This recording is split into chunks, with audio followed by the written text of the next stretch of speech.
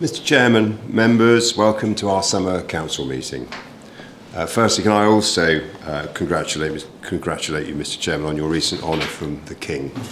It is always important that people are recognised for their dedication and service to public life, and your MBE is well deserved. I should also congratulate the England men's football team for their progress to the World Cup semi-finals. I have to say, I think it's rather more relaxing watching the game when you know the score rather than watching it live. But whilst their performance might be a little bit of a mixed bag, their attitude and endeavour are something we should be inspired by. It's great to see the nation coming together around sport, and let's hope that spirit gets them through the final two challenges and that they lift that trophy on Sunday. Of course, the recent heat waves have been much discussed, and we Brits love talking about the weather, but they've also highlighted the important work of local authorities in keeping people safe and well.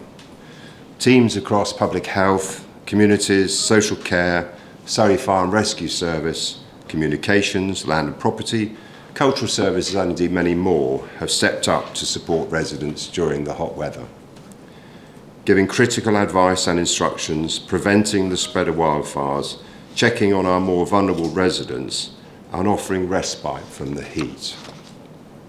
Local authorities like this one come to the fore when people are in need, and I want to thank all our staff, as well as our partners in district and boroughs, and the voluntary sector for all of their efforts. It's important to note too that these rising temperatures are undoubtedly a result of climate change, and something that we must adapt to. That is something this council is doing through our climate change adaptation and resilience strategy, alongside our ongoing work to help this county to be a net zero place in due course. Forward-looking, putting the building blocks in place to make Surrey a strong and sustainable place long into the future. Often at this time in the year, we look forward to a quieter month of August as school holidays and recess come. However, the work of the council never stops and indeed never stands still. And that fact has even greater significance this year with the relentless and time-bound work of local government reorganisation continuing at pace. Critical milestones still have to be met. That programme of activity does not take a summer break. And I know officers have been working tremendously hard on LGR alongside their already demanding work delivering vital services for our residents. And I hope that staff and indeed members can find time over the summer to take some time for themselves and their families to switch off and recharge as the work continues in earnest. Indeed, it should be stated and celebrated that our staff and members are working so constructively and collaboratively with their colleagues across district and boroughs in Surrey on this shared mission of reorganisation. We know it's difficult work, complex and resource intensive, but the potential rewards for the people of Surrey are huge and long lasting. We have a duty to, as members of different political parties and councils, to put any differences to one side, work together, look forward, not back, to progress this work alongside officers. If, no indeed when, we get this right, the system of local government will be simpler, stronger and more effective for decades to come. And our staff and members indeed are playing their part in history, and I for one am extremely grateful for all of your hard work and dedication. Mr. Chairman, I'm also pleased to see that progress has been made on the formation of a foundation strategic authority for Surrey, with the leaders of East and West Surrey both confirming to government their desire to make that happen. Having seen the Secretary of State last week at the LGA conference, I know it is his hope to establish that FSA here in Surrey, and I'm confident that will lay the ground for a directly elected Mayor of Surrey in the near future. In fact, I fully expect our incoming Prime Minister to turbocharge that devolution agenda, having seen firsthand the benefits, as he has done, of a mayoral system, with change, growth and improvements in local services that can be delivered. We must not lose sight of the reason we're on this journey at all, a proper devolution to Surrey. Greater local powers, more flexibility and agility in delivery, better conditions for strong economic growth for our residents, businesses and future generations. As this council draws to a close ahead of vesting day next April, it's important that we not only continue to deliver good quality services to our residents, but also that we reflect on the progress we've made and hand over that strong legacy. Over the last few years, this organisation, officers and members working together, has a record to be proud of. We said we would make Surrey fit for the future, and we have done just that. Over recent years, many councils across the country have struggled, but Surrey has met those challenges head-on and thrived.